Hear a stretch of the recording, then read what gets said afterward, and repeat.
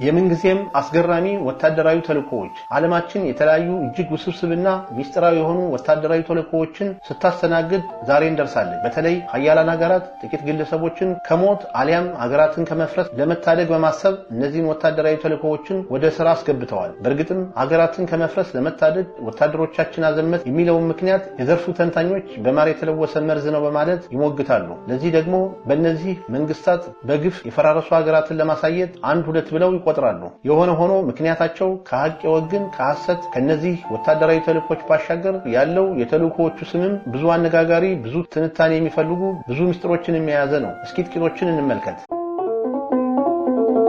አክብሮታዊ ሰላምታችን ወደ እናንተ ያደረስ ዝግጅታችንን ሰብስክራይብ፣ ላይክ እና ሼር ያደረጋችሁ እንድትከታተሉ እንጋብዛለን። መልካም ቆይታ። ተልእኮ ሮሊንግ ተንደር ኦፕሬሽን ሮሊንግ ተንደር። ይህ ተልእኮ አሜሪካ ሰሜናዊ ቪየትናምን ለማሽመድመድና ጦርነቱን በድል አድራጊነት ለማጠናቀቅ በማሰብ እንደ አውሮፓውያን ዘመን አቆጣጠር በ1967 እስከ 1968 ድረስ ያደረገችው የቦምብ ድብደባ ነው። ነገር ግን ቦምቦቹ በቪየትናም እጅግ በጣም ግዙፍ ውድመትን ቢያስከትሉም ዳሩ የቪየትናማውያን አንድነትና የራሳቸውን መንግስት ራሳቸው ለመመስረት ያላቸውን ፍላጎት መስበር ግን አልቻለም። በእርግጥ ይህ የቦምብ ድብደባ ተልእኮ የቪየትናማውያንን ስነልቦና መስበር ባይችልም በቦምቡ አማካኝነት ከተደረጉ ግዙፍ ጥፋቶች መካከል አንዱን ማስከተሉ ግን አልቀረም። በተጨማሪ ዊሊያም ዴቫን ለተወሰነበት እንደ አውሮፓውያን ዘመን አቆጣጠር 1977 ለተሰራው ሮሊንግ ተንደር ለተሰኘው ፊልም እንደመነሻ ሐሳብ ሆኖ አገልግሏል። ተልእኮ ሬድ ዳውን ኦፕሬሽን ሬድ ዳውን። አሜሪካ ኢራቅን ከወረረች በኋላ እንደ አውሮፓውያን ዘመን አቆጣጠር 2003 ሳዳም ሁሴንን ለመያዝ ይህንን ተልእኮ ወደ ስራ አስገባች። ከኦሳማ ቢንላደን አንጻር ሲታይ ሽማግሌውን ሳዳም ሁሴንን መጨረሻ ዘመናቸውን በደስታና በድሎት አላሳለፉም ይባላል። ለዚህ እንደማሳያ የአሜሪካ መንግስት በሬድ ዳውን ተልእኮ ሳዳም ሁሴንን ፈልጎ ያገኛቸው ከአንዲት ጉድጓድ ውስጥ ነበር። የሆነ ሆኖ ይህ ተልእኮ የሶቪየትን ወራሪ ተቃውመው የአሜሪካን ነጻነት ለማስጠበቅ ወደ ትግል ገብተው ስለሚፋለሙ የአሜሪካ ልጆች የሚያሳየው ሬድ ዳውን ለተሰኘው ፊልም እንዲሰራ ምክንያት ሆኗል። ተልእኮ ቪትልስ ኦፕሬሽን ቪትልስ። ሶስተኛው የዓለም ጦርነት ያኔ ሶቪየት ህብረት ወደ ምዕራብ በርሊን እንዳትገባ በታገደችበት ጊዜ ሳይጀምር አይቀርም ይላሉ። ያኔ ሶቪየት ህብረት ዜጎቿ በከፍተኛ ረሃብ ውስጥ ወደቁባት። ህይወት አድን ምግብን መዝረፍ ያለ አማራጭ ቀረበ። በወቅቱ ፕሬዝዳንት ቱርማን እዝ አማካኝነት ደም አፋሳሽ በሆነ ሂደት ሶቪየት ህብረት ምግቦችን ከየአካባቢው እየሰበሰበች በአውሮፕላን ታመጣ ነበር። ኦፕሬሽን የበረሃው አውሎ ንፋስ ኦፕሬሽን ዴዘርት ስቶርም። ያኔ እንደ አውሮፓውያን ዘመን አቆጣጠር በ1990 ሳዳም ሁሴን ለምዕራባውያን እንዲመቻቸው በማሰብ የነዳጅ ዋጋ ላይ ቅናሽ ለማድረግ አስባለች ያሏትን ኩዌት ወረሯት። አሜሪካን ደግሞ በፕሬዝዳንት ጆርጅ ደብሊው ቡሽ አማካኝነት ኢራቅን ከኩዌት ለማስወጣት ወታደሮቻቸውን ላከች። ሳዳም ሁሴን አልሰማም አሉ። ይሄኔ ኩዌትን ነፃ ለማውጣት ዘመቻ ተጀመረ። ዘመቻውም የበረሃው አውሎ ንፋስ የሚል ስያሜ ተሰጠው። በሚገርም ሁኔታ ዘመቻው 24 ሰዓት ሙሉ በቀጥታ በሲኤንኤን የቴሌቪዥን ስርጭት ሽፋን ሁሉ አግኝቶ ነበር። በነገራችን ላይ ጨካኝና በማይታመን ሁኔታ ግራጋቢው የበረሃው ማዕበል በንፋስና በአሸዋ አማካኝነት ነው የሚፈጠረው እንዲሁ በድንገት።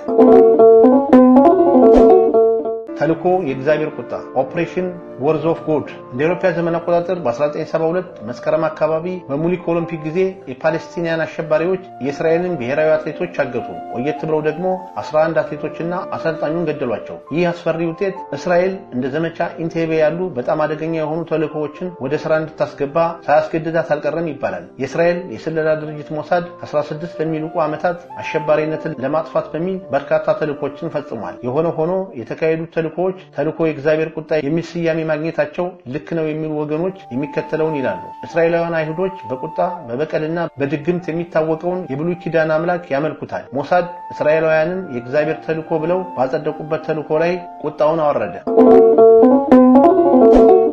ተልእኮ ባርባሮሳ ኦፕሬሽን ባርባሮሳ። እንደ አውሮፓውያን ዘመን አቆጣጠር በ1941 ጀርመኖች ሶቪየት ህብረትን በመውረር ስታሊንን መጣል ይፈልጉ ነበር። ለዚህም ዘመቻቸው ተልእኮ ባርባሮሳ የሚል ታርጋ ሰጠውት ተንቀሳቀሱ። ስያሜው ጣሊያናዊ መሆኑን ልብ ይሏል። ሂትለር የሶቪየት ህብረትን ምዕራባውያን አካባቢ በመውረር በዛ የራሱን ሰዎች በማስፈር የአካባቢውን የተፈጥሮ ሀብት መበዝበር ሁሉ ይመኝ ነበር። ግና ሂትለር ጠላቱን በሚገባው ልክ አልመዘነውም። እንዲያውም ንቆት ነበርና የኋላ ኋላ ይህ ንቀቱ ጀርመንን በሁለተኛው የዓለም ጦርነት ጊዜ እንድትሸነፍ እንደ አንድ ምክንያት ሆኖ መጣ። እዚህ ጋር ግን ጥያቄው አንድ የጀርመን ወታደራዊ ተልዕኮ እንዴት ጣሊያናዊ ስያሜን አገኘ የሚለው ነው። ጣሊያን ውስጥ ባርባሮስ የሚያገለግለው ቀይ ጽም ያለው ሰው ለመጥራት ነው። ቀዳማዊ ፍሬድሪክ ደግሞ ለአውሮፓ ዘመን አቆጣጠር በ1155 የቅዱስ ሮም ንጉሠ ነገሥት የሆነ የጀርመን ንጉሥ ነበረ። ታላቅ ወታደራዊ መሪ የነበረው ፍሬድሪክ በትንሿ እስያ ሶስተኛውን የመስቀል ጦርነት ሲመራ ነበር የሞተው። ታዲያ ነገሩን ስናስበው ስያሜው ጀርመን በስታሊንግራድ ከተሸነፈ በኋላ አውሮፓን ለመግዛት የምታደርገውን ተግባራዊ ጥረት መጨረሻው የሚያሳይ ነው።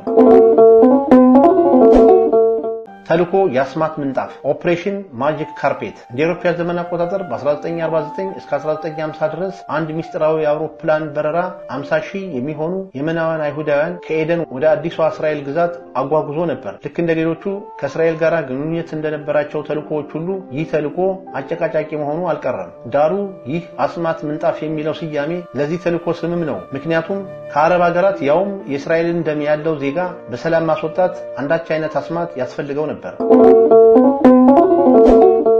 ተልዕኮ ዲናሞ ኦፕሬሽን ዳይናሞ እንደ አውሮፓ ዘመን አቆጣጠር በሜይ 1940 ጀርመን ፈረንሳይን ስትወር እንግሊዝ ወታደሮቿን ከፈረንሳይ ባህር ዳርቻዎች ለማስወጣት አንድ ተልዕኮ መጀመር ነበረባት። ተልዕኮ ዲናሞ እንግሊዝ በዚህ ተልዕኮ 338,000 ወታደሮቿን መታደግ ብሎም ወታደሮቿን እንደ አዲስ በማደራጀት ከአጋሮቿ ጋር በመሆን ጦርነቱን ማሸነፍ ሁሉ ችላለች። በነገራችን ላይ እንደ አውሮፓ ዘመን አቆጣጠር በ2007 ኦፕሬሽን ዳይናሞ ዳርከስት ታወር ዱንክሪክ ለተሰኙ ፊልሞች የስኬት ዘመን ነበረ። በርካታ ኦስካሮችን ጠራርገው ወስደዋል። የፊልሞቹ መነሻ ሐሳቦች ደግሞ ከዚህ ተልዕኮ የተመዘዙ ናቸው።